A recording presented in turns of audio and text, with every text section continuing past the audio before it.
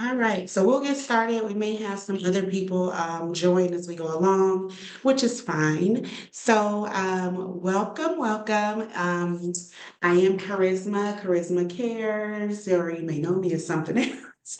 Charisma Cares travels the world. A couple of different things there. I am a nurse practitioner with Holistic Breakthrough Wellness Clinic. And today I wanted to do something a little different as far as the webinar, which is the rising above the noise, finding peace in a world divided.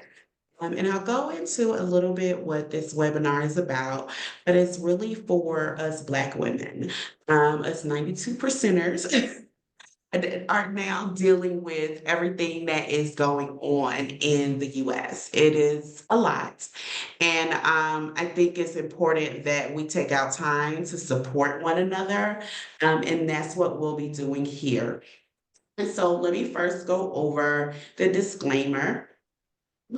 Let's see, hold on just a moment. So basically, I am with the clinic, Holistic Breakthrough Wellness Clinic, and nothing here is medical information specific to you. All of this is just basic information, general health topics, things of that nature. The educational material here is designed for a large group, so utilize what interests you and just get rid of the things that don't serve you. Um, and then I want to go into a little bit about myself so you know who I'm speaking with. So you know who you're speaking with. And make sure you're able to see the slides. You're not seeing anything else, correct? Yes. Okay. All right. Because I have the chat up just in case. I just want to make sure that wasn't in your way.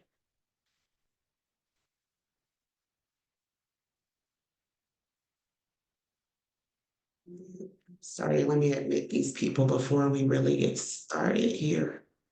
So it's not beeping. Okay, I think we have everyone admitted now. Okay, so I want to tell you a little bit about myself. So here you can read a few things about me, but what I want you to know goes a little bit deeper than this. I've never really been the traditional medical provider. I would always do too much, care too much, ask too many questions. I wasn't really capable of just staying in my lane as a nurse practitioner. Just yelling out orders and walking away. I always really needed to connect with my patients. Some of you know me, may have followed my story. When my son was born, he was pretty sickly and he had a questionable medical disorder. I was swept up in this whirlwind of feelings. I went from provider to provider, and I became the patient overnight, no longer the nurse practitioner. But even in that, I still cared too much. I did too much. I asked too many questions. But this time, there was just no answers. No one knew what was wrong with my son. I got caught up into this medical nightmare of what ifs. Um, Maybe this, maybe that. Then finally, we have no idea. These things were very difficult for me, and this was a very, very difficult time. It lasted years. I felt alone, and I had family, but no one that had really walked in my shoes. At the time, I was married, and my now ex-husband distanced himself, and I was left to fight this impossible battle alone. These were some of my darkest times, trying to raise my daughter, keep her life as normal as possible, while manage this mystery disease my son had. Let me see. Um, During this time, I feel like my gangster, as we would call it, or my mom would say, was tested. I lost best friends, whether it was completely or it gradually faded away. I no longer recognized myself. I sank into this depression that I had never experienced before. It was accompanied by random panic attacks. But I really knew that for my children, I was all they had. You know, for us, Black single mom, being depressed really isn't an option for us. We don't really get to sit in the corner and cry, right? So I had to put my cape on, force myself to be superwoman, like many of us do day in and day out. I ended up changing drastically. I was no longer just a carefree mom, but a mom on a mission. It was a mission to find my new normal. And I found myself going to groups, walking for any diagnosis that was out there related to my son's disorder or whatever they thought his disorder may be at that moment. I would go to the autism walk, the cerebral palsy walk, whatever. Finally, I found a rhythm. I found that new normal. But then when my son was 7, the bottom fell out again. I was told he didn't have cerebral palsy or autism, but a rare genetic disorder that gets worse over time. And this threw me for, guess what, another loop. Everything that I knew was gone. It was no longer. And now I was living in this new universe, basically trying to relearn everything again. But since this disorder was so rare with only 200 worldwide, I was on my own again. But at this point, I had tools in my toolbox, and I was able to use those tools to figure out what I needed to do a little quicker than I had before. Now my son is basically thriving through these holistic means. We went from 16 doctors to 3 doctors. And now he's just we're using the world to live our best life. We basically live abroad in different countries.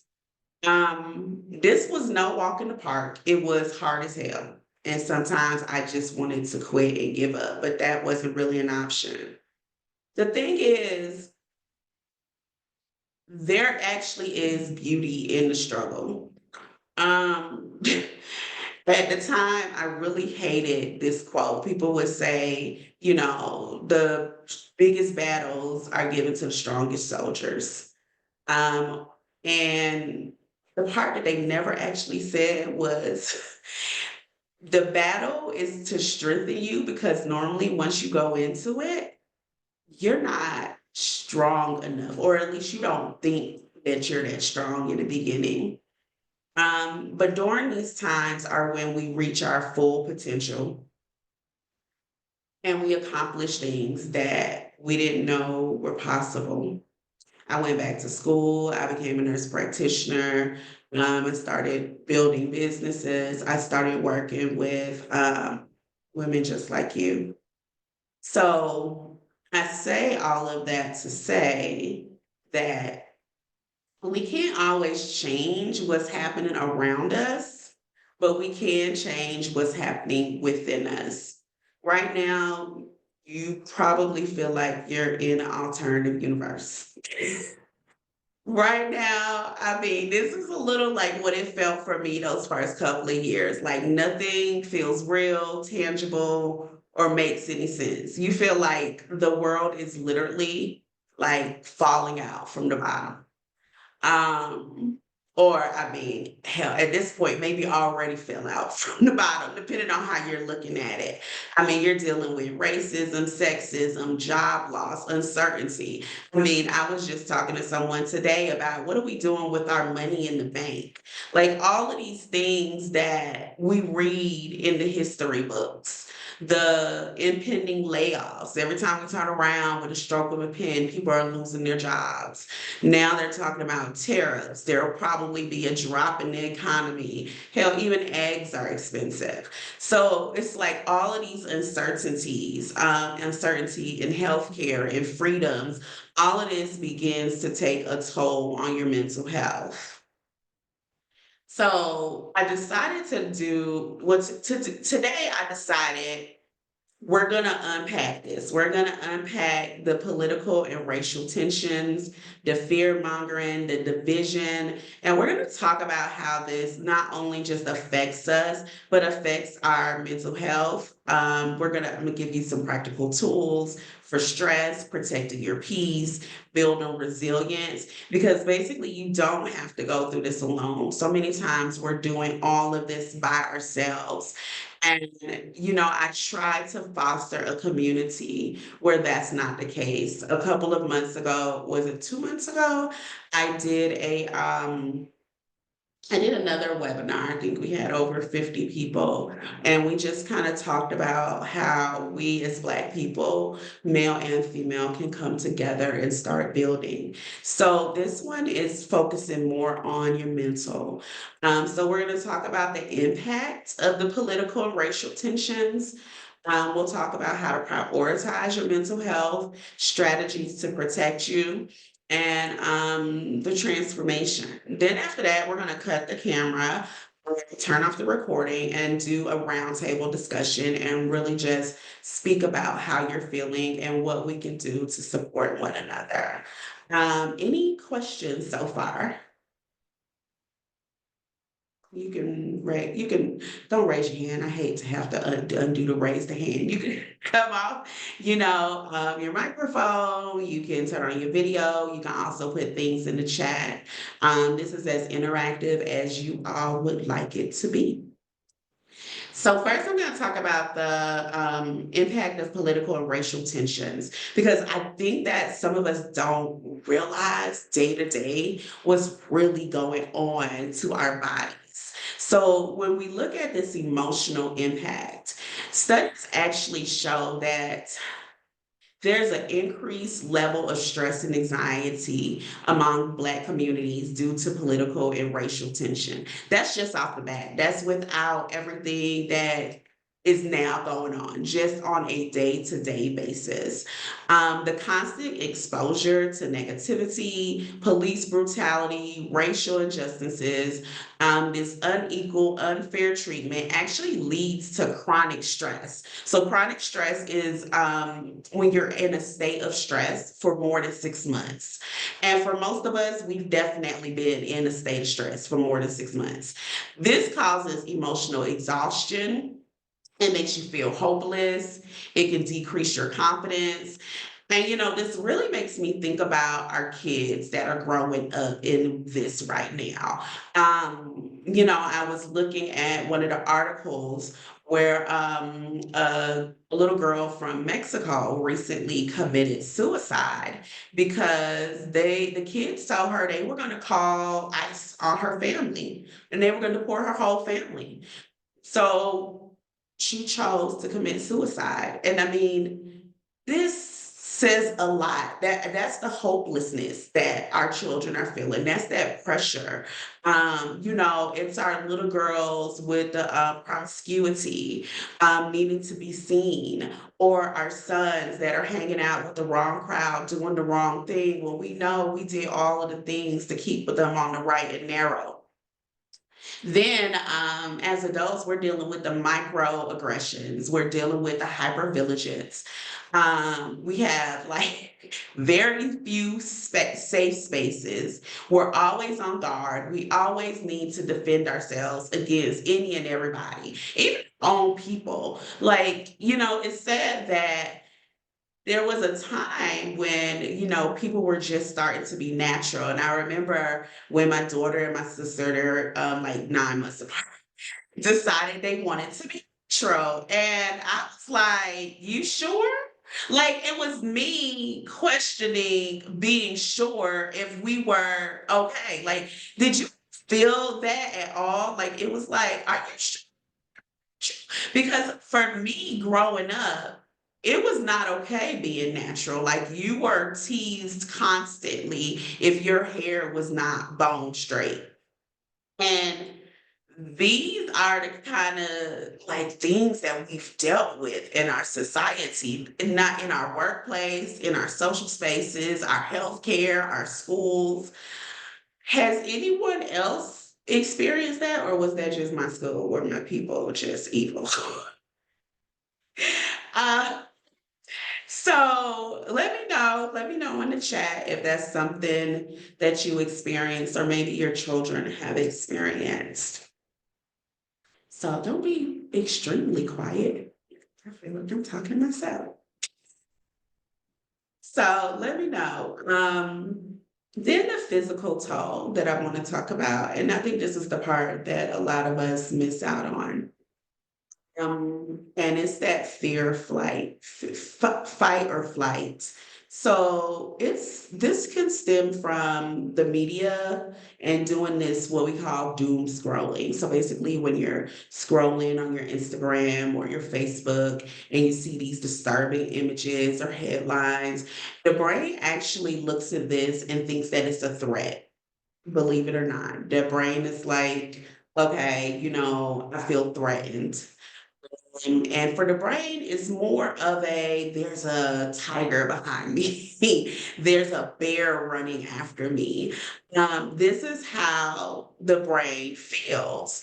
And it's very disturbing. And what happens is your body is actually releasing hormones that lead to chronic stress, fatigue, and sickness. So, really think about this. Our minds are now thinking we're being attacked by a lion or a bear, just basically caveman status. So, what happens in our bodies is the fat in our abdomen and our thighs, all of that begins to store because the body is like, okay, we're being chased. We're a caveman. We don't know when we're going to get our next meal. So we need to hold on to everything. So all of that is held on. It decreases the blood supply that goes out to our arms and our legs. All of that is just brought to the core of your body so that your heart, your lungs are fully activated, your pupils dilate, your brain is at high alert for danger. So when you really think about this, when you're in this constant stress mode, no, you're not going to be able to lose weight. That's why every diet, everything that you do does not work. No, you're not going to be able to think rationally. That's why, I could say for one, I'm at a store and I feel like I'm being attacked verbally. I attack back verbally because you don't think rationally. You think in that moment because you're always in a constant level of stress. That stress goes up and down, but the thing is, it is constant. And we end up in this cycle of feeling helpless, being exposed to this negativity. It results in powerlessness, anxiety, and just feeling disconnected. I know even for me, there was such negativity coming up on my Instagram. I was like, okay, this algorithm isn't working right because I know that I did not subscribe to Fox News. Like, I know I don't need to see Trump every 5 minutes. I know that this is not what I signed up for. But because with the algorithm, this is what I'm looking at, this is what is giving me. And I literally just had to unsubscribe. I had to, like, if I wasn't subscribed, I had to go in and I had to click not follow, do not show me this. Because it is starting this fight or flight response. It's the same as if you're watching the news. And Lena says she experienced this recently as a daughter and friends are natural, wondering how it affects them with going into cooperative world. Did you mean to say cooperative world? That they want to work in, going into corporate world. I find that it seems to be a bit more accepted, but then we had to come up with the Crown Act. So how acceptable is it?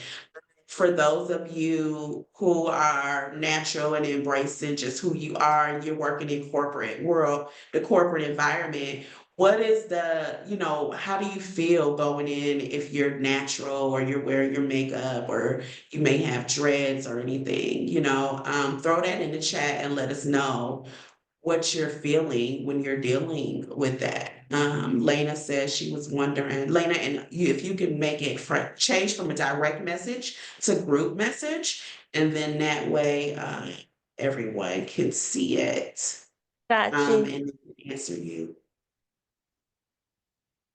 Go ahead. Oh no, that was all. I was just wondering, because my daughter and I had this debate about this natural thing. I'm like, I don't really feel when I look at the corporate world that much has changed. I know we have the Mhm. Crown Act, but when I actually see like who's up there and who's who, like I don't see anything having to do with anything natural with people who've like made it. So, Yeah, I can see that because and who knows how long the Crown Act will be around. I mean, Trump probably just doesn't even know what it is right now. Or else he may have cut it. But I mean, that's just like when I would go for an interview, if I had my hair done a certain way, you take your hair down. You gotta, somebody had a post, a TikTok, and they had just paid $300 for these braids. And I think they had like some blonde in them.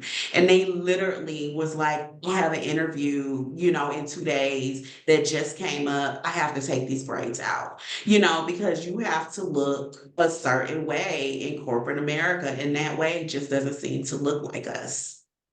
So it is something that we worry about, unfortunately. I mean, something as simple as your hair, you have to worry about in this world. Um, Let me know if anyone else has experienced that. Um, let's see, mental and community. So, as I talked about, anxiety and depression are very common in our community. The problem is that we don't really get the help that we need, and it's considered so taboo. It's only recently that we started to recognize and accept that we have a problem. Like the older generation they still judge us for seeking help. They're like, well, back in my day, or, just pray about it. Things like that contributes to the generational trauma that we hold on to. And it's making it harder for us to cope and ultimately heal. The good thing is that, especially like millennials, they tend to parent differently, and we're pretty good about saying express your emotions. Now, some would say Gen Z have too many emotions now. That's a balancing act. But I don't know, maybe better too many emotions than not enough. I don't know. We can only hope that the next generation does better than we did, right?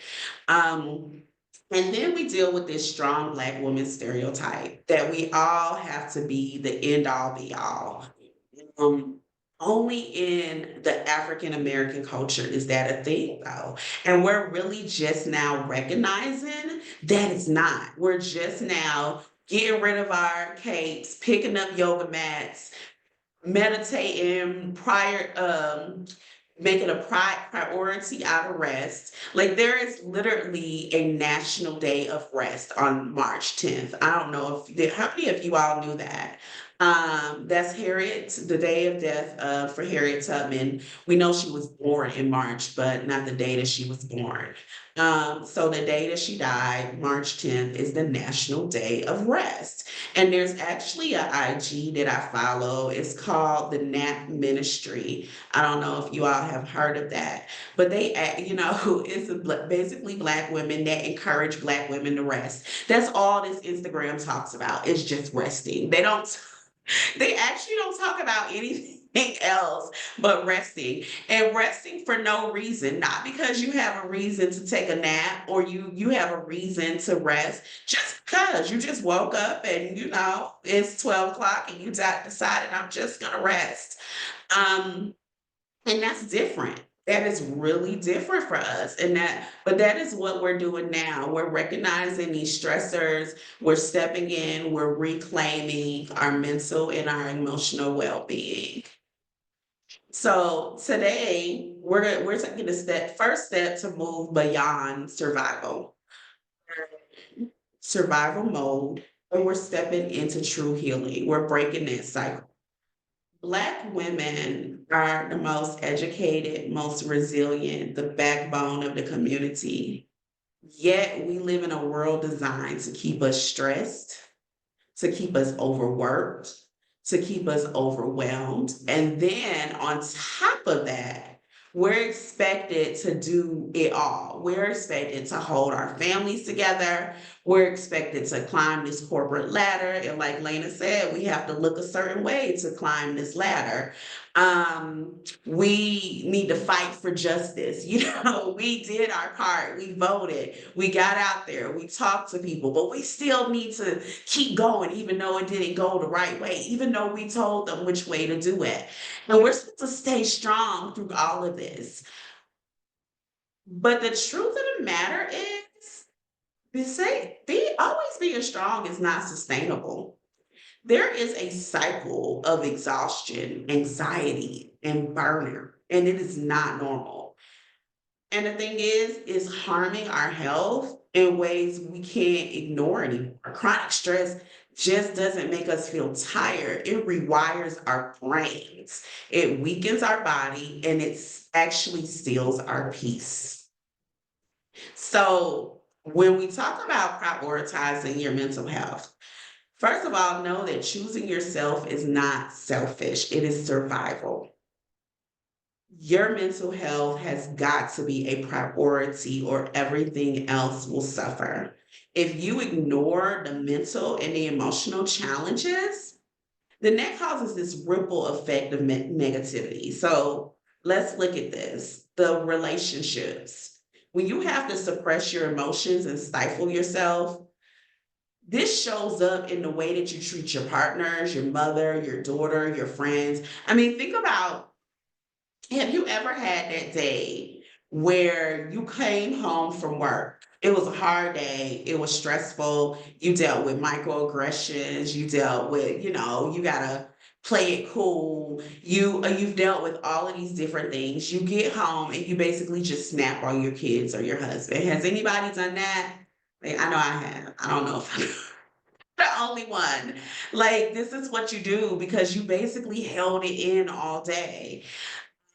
And you later come and you apologize, but this is what you had to do. You dealt with this, you kept it in, and now this is who you are.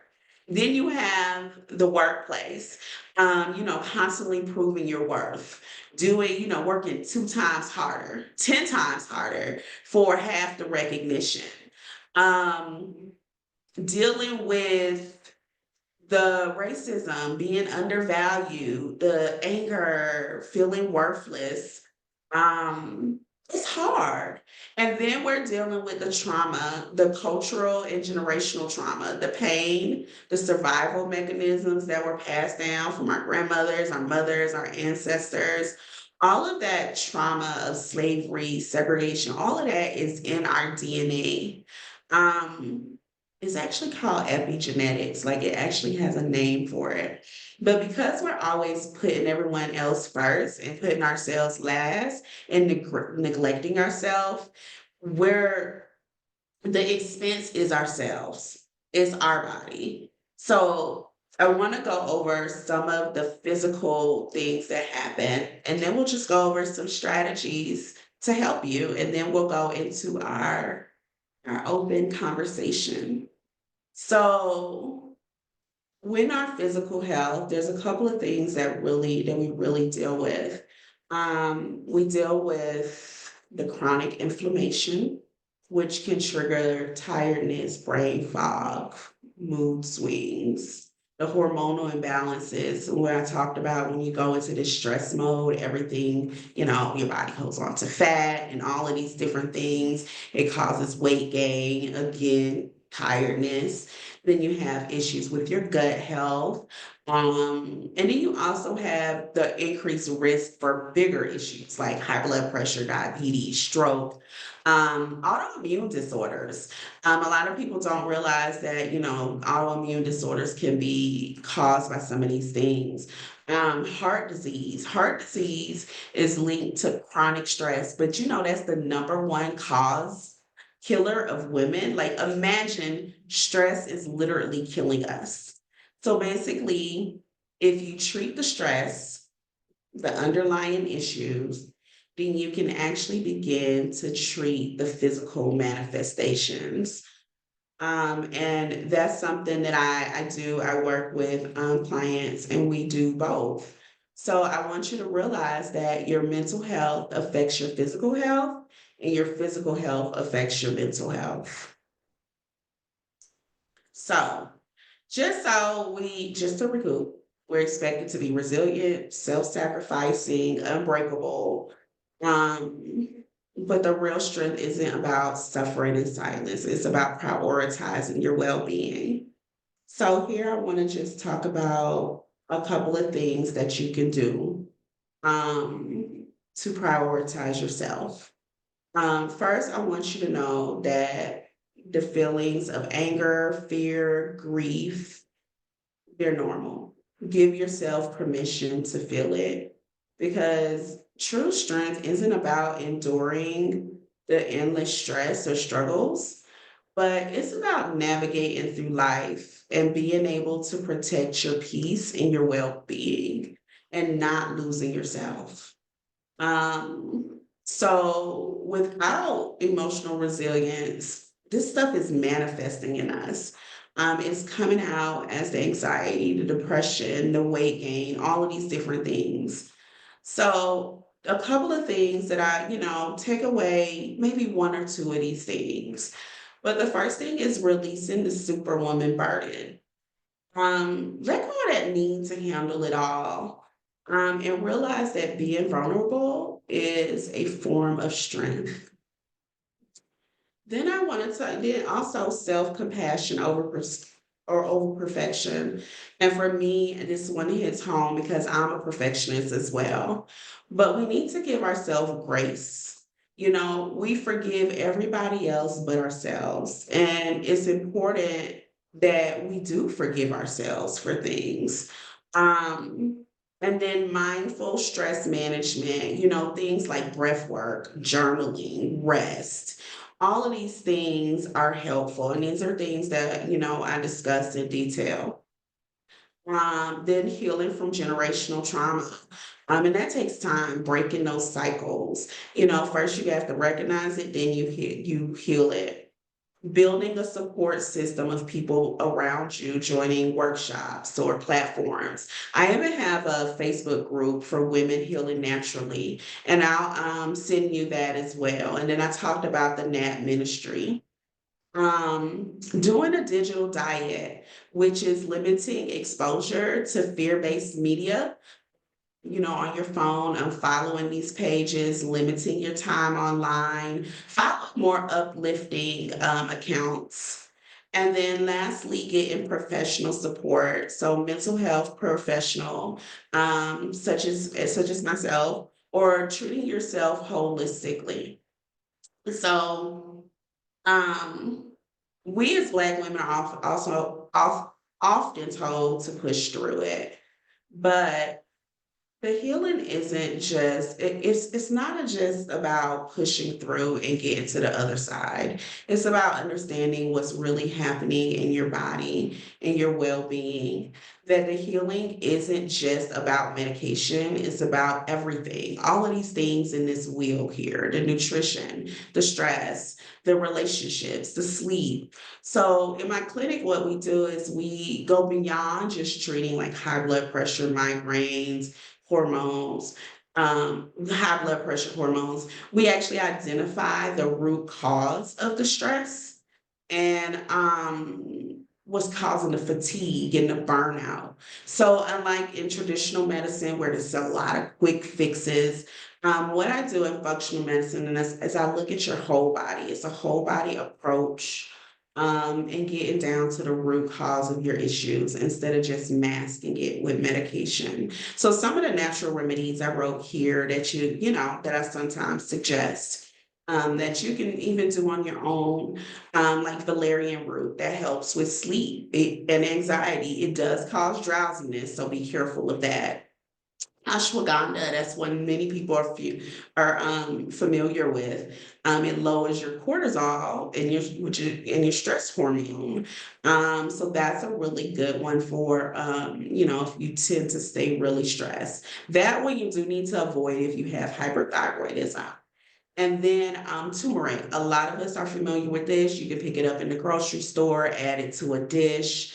You can take it as a pill, but it's an anti-inflammatory, so it boosts the brain function. This one you need to be mindful when you're on blood thinners. So just be, mindful, even though they're natural treatments, they still have, some side effects and some things you want to be mindful of. So and then there's testing you can do. Cortisol testing, that's the stress hormone. Your hormone panels, because all of that is affected when you're always tired, experience weight gain, mood swings. And then we could do a micronutrient test, which it identifies deficiencies that you may have. So just knowing what's going on in your body can be really, really helpful. And these tools are like an armor in this world, that's stressing us out, causing anxiety, making us overburdened. So it's just a matter of just healing from the inside out. And then when I talk about the transformation, and then we'll go into the discussion after this, I didn't realize it would be so. The transformation that I do, I'll talk about this briefly. We start with breaking everything down, the layers of your emotional and health journey. Then we reveal, reflect on past encounters, collect new information, and then engineer. With every client I see, I come up with a personalized plan to get you where you want and get you what you need. We adjust it as we go on until we see improvements. And then we kindle and embrace taking control of your journey, because the goal is not for you to continue to have to work with me forever. The goal is for you to be in a place that you want to be in. So if you feel like this is something that will be helpful for you, you can book a free breakthrough call. And we can just explore functional medicine, see how I can support you. And then if you do decide to sign up with anything, you get 10% off as long as you book through March 2nd. So you'll receive an email with these updates and the links for everything that I sent you. So now it's kind of wanted to do a roundtable discussion. We can like turn on our cameras. I'm going to actually turn off the recording. And I want you to, what we're going to do first is we're going to do a brain dump. So I don't know if anyone is familiar with a brain dump. Like, what I want you to do is I want you to write down, take 5 minutes and just write down everything that came to mind today, about what we discussed, any emotions that you have, any feelings that have come up for you, anything that's really bothering you. This is one thing that I like to do with my patients. All we do is just write stuff down. Just write anything that is coming up for you. So I'll give you a few minutes to do that. And you'll be amazed. People are always amazed how helpful this is. So, you'll only share what you want to share. So go ahead and just start writing down everything that just came to you. Like I said, feelings, emotions. So we'll go through that and then we'll talk a little bit about it. So I'll give you a few minutes to do that. And actually do it because it's really helpful.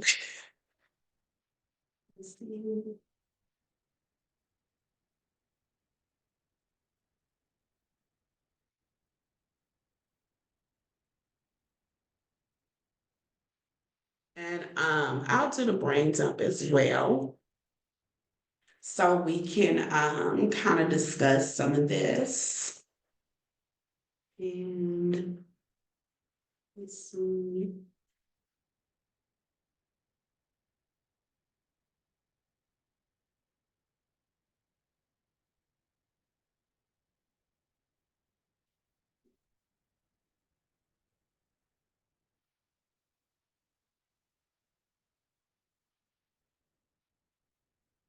So anyone feel like they've written something down they want to share?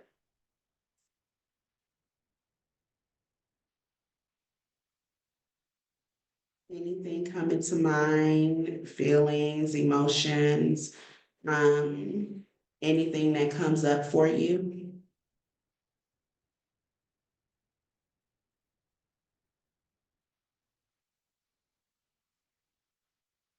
So, for me, I'll talk about how I feel about it. I feel like a sense of urgency. For me, I feel like it's time. We have to do something, but we don't know what to do. We're in a situation where so many things are happening so quickly that we're kind of scrambling. Um, see, we're kind of scrambling to get to that next point to make sure that we're protected, whether it's your job that's protected, whether it's your money that's protected, you're worrying about your stocks, are they okay? I feel like we're really worrying about things that we've never had to worry about in the past. And that makes me a little fearful.